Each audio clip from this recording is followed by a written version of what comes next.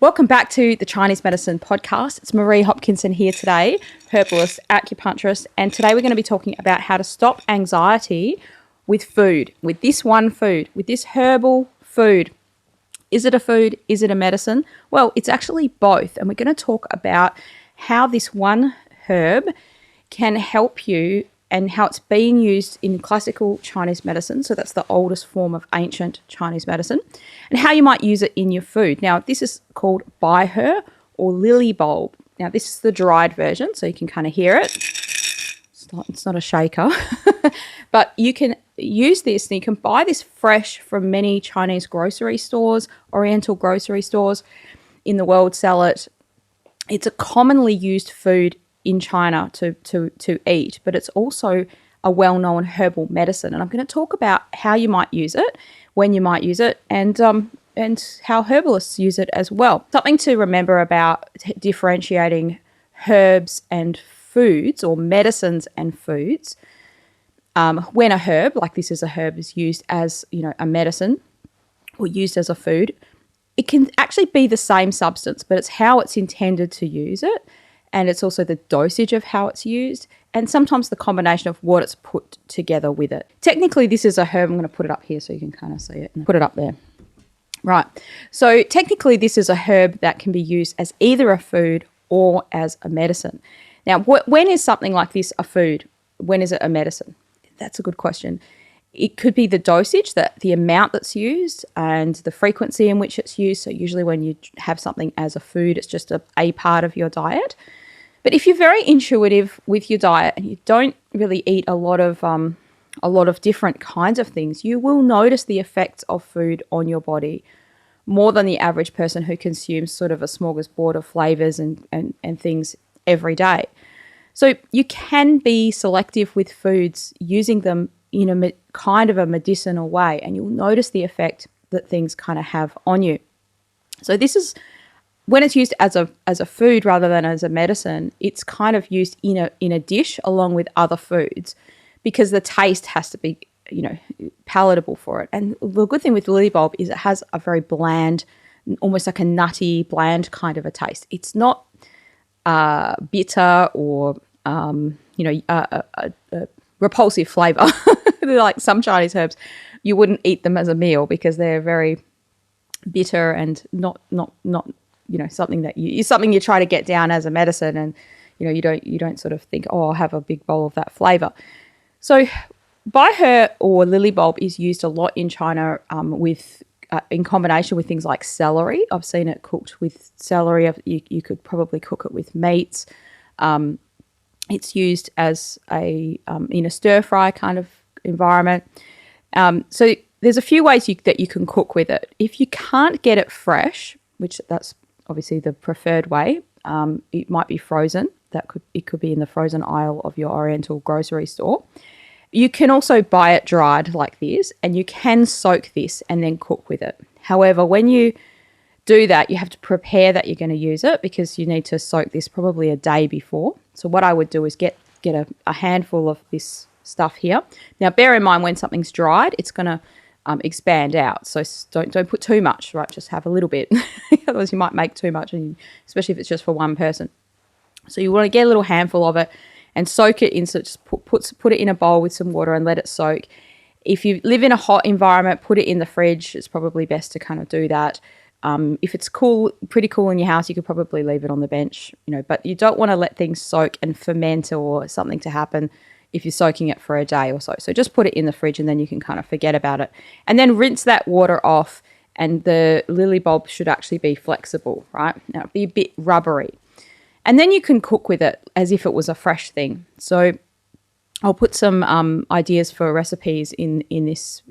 I'll interject them into this video, but you can just kind of Google it. Now, I've made the celery stir fry dish with the Bai He, and it tasted quite nice. And I'm sure there's plenty of other recipes you could use. But the point is that you're including it in your diet.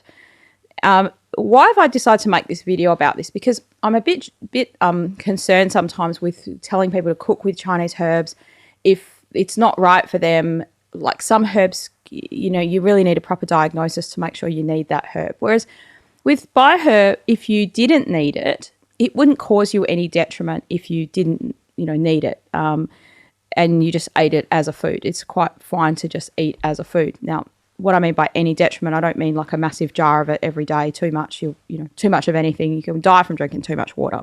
So I should probably just issue that caveat there.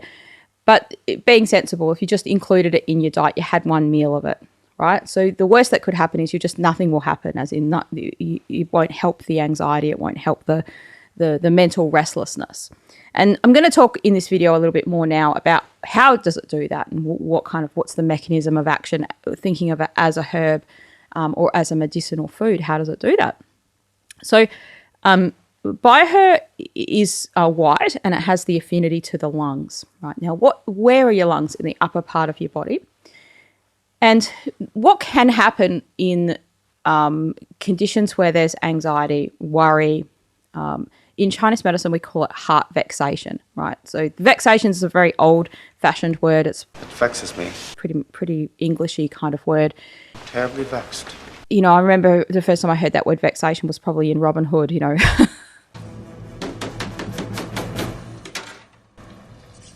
Something vexes thee.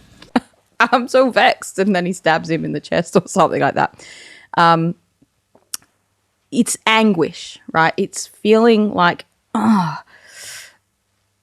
something's not right here. And even to the point, vexation is probably a good word to use in modern times because you can't necessarily know what it means. Like you just feel this feeling of restlessness, right? And that's part of the lily bulb kind of pattern is a feeling of agitation, of restlessness. Now, this could affect you in the daytime where you just you don't feel good and you don't feel calm. So the opposite of calm at the very other end of the spectrum would be sort of really agitated and really vexed and restless and kind of, maybe moving around a lot, unable to feel calm in your mind. So not everyone who has that type of pattern is physically restless, but often they are. They have a lot of movement in their being. And often that is because of needing to or your body's trying to actually offset that heat that's being created. So let's just talk about the physiology. What happens? How does this happen? Like, how do we get this vexation, this restlessness? So the upper part of your body, the lungs and the heart and the pericardium, they're the three main organs that kind of sit in that, what in Chinese medicine calls the upper jiao. They do not like to dry out. Now, they don't need to be moist and damp like the lower part of your body, but they don't like dryness, like complete dryness. It will cause that agitation. So if you've ever had pleurisy, like that's an inflammation of your lungs, like where when you breathe, it's like incredibly painful because you have this like coating around the lungs that, it allows it to kind of glide and move as you're breathing in and out. So you don't have any notion of breathing in and out, right? You have a notion, but you don't have a pain associated with breathing in and out. If you do, there's something wrong there. And that part of that reason why you don't feel pain is because there's moisture there. There's an adequate amount of moisture. So what does Bai He do? It re-establishes this moisture in this upper jiao. Now, some of this is metaphorical, right? This is how Chinese medicine is. If you've been on this channel for a while, you probably know that. But this idea of re-moistening. Now, you can actually see when you cook that lily bulb that it creates like a clear kind of liquid. And that's in the doctrine of signatures that kind of relates to the lungs. Like it's this, like the upper part of your body should be clear kind of liquids, very fine, like in TCM they call it a fine mist, like a spray bottle spraying it there. Not a thick and turbid kind of liquid. So your pericardium particularly gets affected by this agitation, right? So what happens is your heart's job in Chinese medicine is to be the boss, the emperor. Give the orders, tell people what to do in a metaphorical sense, right? And the captain of the ship, if you like. You don't want to approach the captain like directly, the emperor directly. In Chinese medicine, they say you come to the heart through the pericardium. Now, the pericardium is like literally a sac that sits around the heart. And again, needs to be moist. And this idea of this agitation, which can be part of anxiety. It can be that mental restlessness, that vexation. That all can be caused by that pericardium losing its moisture, losing some of its moisture and creating an agitation around the heart. So think of it as if let's say I'm the boss and I can have a bit of a temper from time to time. And, but it's not good for me to be agitated. And if I've got my second in charge or my assistant there, and they're not creating a calm environment, they are agitated themselves, well, then eventually I'm going to get agitated. If you've ever been in a workplace like that. Oh, my God. Okay, it's happening. Everybody stay calm. What's the procedure, everyone? What's the procedure? Stay calm. You might come in and think, oh, like today could go either way, right? I could be happy or sad. I could be angry or mad, right? You're okay when you come in, but there's an environment there where everyone else in the office is already agitated. And then next thing you know, you're agitated. And that's kind of what happens here with the pericardium. If the pericardium's all agitated, eventually the heart is going to get agitated and restless as well. So we treat that first by nourishing the blood of the pericardium. And what happens when something gets less moist is it can dry out, and then it gets really vexed, right? Really angry, really restless. So in order to have good sleep, you kind of need that moisture. You need blood to kind of be there so that you can rest. It's going to sound a bit gross, but it's for your mind to kind of rest in that blood, to be nourished by that. And it's kind of this cool yin aspect of blood that we kind of rest in and are nourished at night, so that then we can face the day again, the next day. And what happens when people have this vexation often is that heating up kind of happens. They're vexed and annoyed in the day, but they also can't sleep. And then they're even more vexed and annoyed and even more kind of agitated. One of the flavors that's kind of used to treat this, and this is really going down the herbalist road, not so much the food road, is the sweet flavor. So aside from Bai He, which is going to have a sweet nature to it, right? Because it's bland sweet. It's not going to taste sickly sweet, but it's certainly not having any other flavors. It doesn't have a bitter flavor or something like that, right? So it's this nourishment with the sweet. Now, you would notice that yourself if you've ever had, I don't know, a breakup, something has happened, someone's broken your heart, or you're feeling angry, having a chocolate sort of can sometimes relax you. I'm not saying do that, but people go towards those things to kind of calm or relax, sort of let's just relax here a little bit. Let's just chill out. And in herbs, we also use another herb called darzao, which is the red date. And that's kind of used much more for the heart and the pericardium, particularly to kind of sedate that fire, to sort of calm it, and that relaxing of the agitation. So when this agitation really happens for people, you'll in herbal medicine you'll often see Bai He mixed with other herbs that cool or flush the heat out of your body. And now that's not a food kind of treatment. That's something where you'd have to go to see a herbalist for. I can't give you those formulas here, because if you don't need that, then there's no point taking it, right? You need to have the proper need for it, right? But if there's more heat going on than just this mental vexation, right, there can be heat. Where does that heat go? That heat can actually sometimes go to cause people a UTI, a urinary tract infection. It can cause people to get like warming up of their urine, or just heat coming out of their bodies in some other way, right? The heat's going to try to escape. So the heat goes upwards and can kind of, for some people it causes problems with their skin or, other sort of agitations going on in their body. So that's where you need to see a practitioner, right? So a Chinese herbalist would be able to help you with that, whether you need this. Now, Bai He type of formulas aren't very commonly used in TCM, traditional Chinese medicine, but they are a big part of classical Chinese medicine. And I see that a lot in cases where people have mental health issues. That's their main complaint that they've come in for. Like they do have anxiety, or they do have mental restlessness, or things like that. It might be something they've come in to try to treat that. But also it can happen when people just are going through a difficult time, right? In my system of Chinese herbs, we have a particular pulse that can happen in their pulse, and in that case, the patient might not have said anything about that this is going on. And if you feel that kind of pulse, what it's telling you is that there's a heating up going on in that area of their body. So as a practitioner, my mind's next thinking, well, why is that heating up? Something has to have caused that to happen. So that heating up can happen because emotionally something has caused a person to kind of get that vexation, right?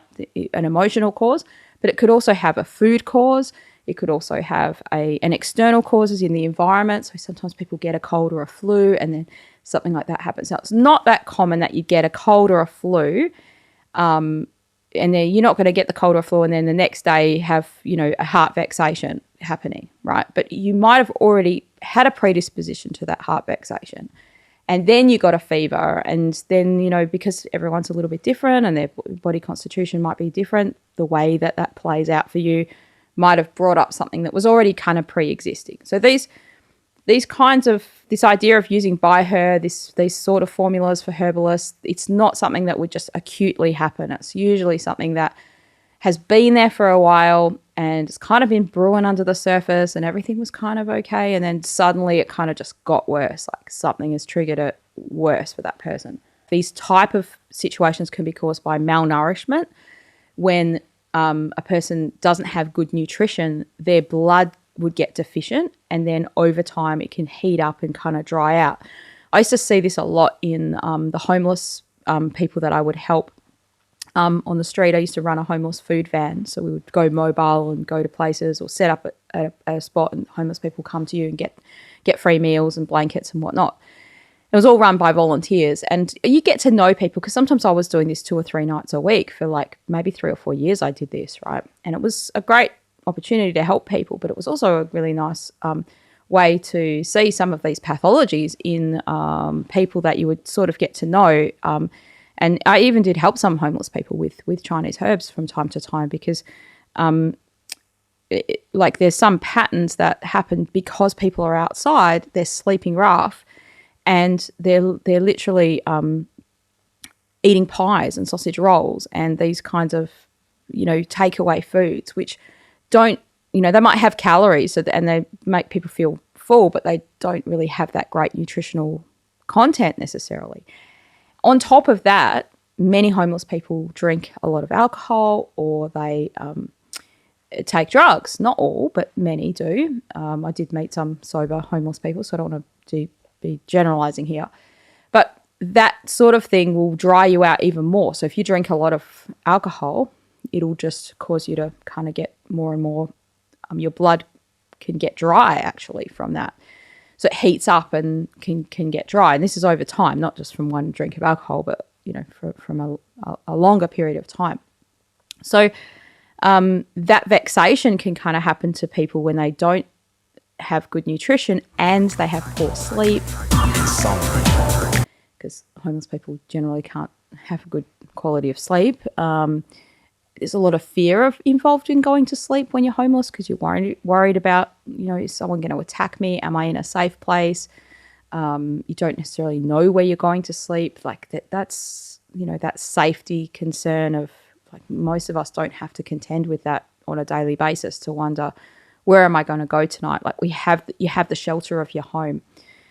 Anyway, I wasn't intending for this video to be all about the homeless, but it is a good example of how, if you have these sort of like almost like a trifecta of things going on, it's like a triple whammy to cause this kind of severe vexation where people will become very mentally disturbed. And these are the types of people where I would see them in winter. They would come to get food and they'd have nothing, hardly anything on, just a little pair of shorts. And you were thinking, man, it was really cold. We had one guy that, like, we tried to give him jackets. He wouldn't take a jacket. He's just like, no, I don't need any jackets. He's trying to take off all his clothes. And he's like saying, I'm hot. And it was really freezing. And we were all sitting there with our puffer jackets in the thing. And that restlessness and that agitation, getting angry really easily and all of that. And this is all physiologically happening. It's almost like this stuff happens out of control for that person. So that's at the very extreme. So if it's not treated or it's not addressed, then and your sleep is bad and you have poor nutrition, and especially you don't nourish blood. So this can happen because you just have really bad nutrition, or you don't eat enough meat or protein. But particularly in Chinese medicine, we can't get away from the idea that meat nourishes blood. And when I say meat, I just mean animal products in general. Or a person eats a lot of cold, dry and raw foods, and their digestive system's very damaged. And this isn't just something that would happen one time. It's just over years and years of this. If a person then also drinks alcohol, and that can kind of the drinking every night or something like that, that can really dry them, deplete make their blood, they can get blood deficient, and then the blood that they've got can heat up. And so it kind of makes that vexation happen more. And we see this from a physiological perspective, from a Western medicine perspective, with things like alcohol, because there's clear links to people that drink regularly and depression, right? Alcohol has an association with, regular drinking has an association with depression. And it's this effect on the pericardium, basically, that's causing that to happen. That's probably a whole nother video to do that. Anyway, the point of this video was that you can use Bai He as a food, not as a medicine, just as a food, to treat that mental restlessness before it gets to any of those things. So those other things I just mentioned, that you need to see a practitioner if that's happening. If you're taking off all your clothes because you're so hot and you're vexed and running around the streets, angry, that's a full-on mental condition, and that needs proper help. And those people probably are not going to be watching this video. But, if you're concerned about loved ones, friends or family members, and these conditions can have many, many names for them in Western medicine, in psychiatry. I'm not going to go through all those things here because I'm keeping this more to this classical perspective. So it doesn't really matter what the diagnosis is in Western medicine.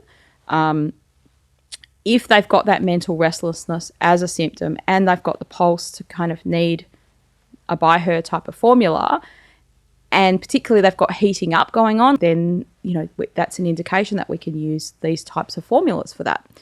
So, but also mental restlessness and heart vexation can happen to us on a daily basis, but to a very mild degree, right? You meet some people that you don't like. You didn't get along with them. You got some disappointment because you were hoping for something and it didn't happen, and you didn't have a good night's sleep, or you're worried about something, and it's something that's going to pass. Well, this is Bai He. You can just have a little bit of that as a food, right? And include that in your diet, and just think about that. So I hope this has been useful and helpful, this video, to you. And if you haven't subscribed to the channel, make sure you do that. I want to reach more subscribers. I want to reach 10,000 subscribers soon. So that would be great if you guys can help in that way. If you've enjoyed the video, support the channel by doing that. If you'd like to support the channel even more, you can check out our sponsors in the link below. That's one of the sponsors is me, through my course that I'm doing, the 5 Element Self-Care course. You can check that out. Super good deal there, and you can learn more about Chinese medicine in a very structured, organized way. And you can also check out our sponsor, Empirical Health, mushroom balls. So you can go and check out their mushroom products, organic, and they can ship them straight out to you. And you get a discount when you use the promo code Marie to get some mushrooms in your life. So enjoy this video and find some Bai He lily bulb in your Oriental grocery store and start cooking with it, and experiment with it and see if you like it, see if you like the taste of it. And you can look up recipes online to kind of cook with it. There's heaps and heaps of different recipes that are used in Asian cuisine. Awesome. Thanks for your interest in Chinese medicine.